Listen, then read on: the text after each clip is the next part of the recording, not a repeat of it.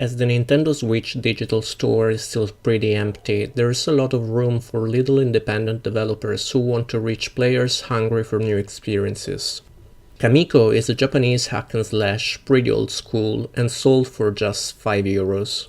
No magic here from a technical standpoint. We got a 2D top-down view and a really nice pixel art.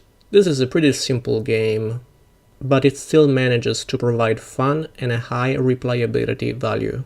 Don't waste your time looking for a plot. There are just a few lines to justify the action, pretty much like any other hack and slash from the 16-bits era.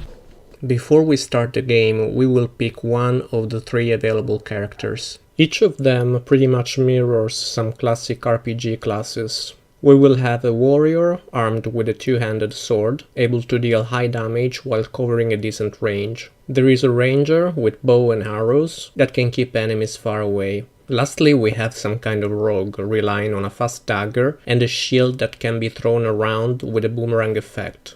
The gameplay will be pretty different based on which character we're using. Kamiko's battle system doesn't have any complicated combo. You will just be able to chain 3 attacks in a row. It is not much, but since you can complete the game in less than 1 hour per character, you won't feel like you need much more depth.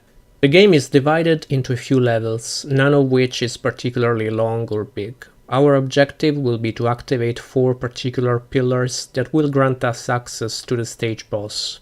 It will take anywhere from 10 to 15 minutes to complete the level, 1 hour for the whole game and 3 hours to complete it with every character in order to unlock some additional content. Considering the price, there's not really much we can complain about, as the game is quite fun to play. It is a classic old school hack and slash, no strategy, fast pace and very user-friendly. Again, it is a simple game, but it is nice, it shows character. The visuals are responsible for a good chunk of Kamiko's charm. This pixel art is built on solid design, with colors that will remind you of the 8 and 16-bits eras.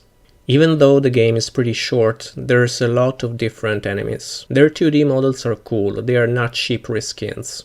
Their attack patterns change, there is variety here. Just like in many other hack and slashes, there's a constant repop of the monsters in Kamiko. If you were planning on killing everything to move around freely, you might want to think again. This solution was probably needed to make the game feel longer, forcing us to fight our way through the levels. The level design itself is very good, even though each zone is really small. We will have to deal with some simple puzzles too. Most of the times we will just have to take specific items to specific places. Simple stuff, but there are some issues. You will not be able to attack whenever you're carrying stuff, and if any enemy touches you or hits you, you will drop the item and lose it, so you will have to start again. Since the enemies repop all the time, this can be a bit frustrating at times. Same issues for the times when you will have to run from point A to point B. There is not much margin for mistakes here. Kamiko is a simple game that ends up being fun thanks to an accessible battle system and some really nice visuals. Puzzles are not perfect, but there are no major flaws.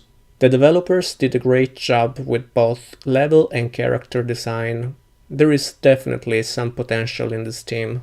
I hope Kamiko can raise some money for them, as I'm curious to see what they could make with the right investments. If you enjoy hack and slashes games, or if you just want some accessible game to chill out with your new Switch, there's not really a better way to spend your €5.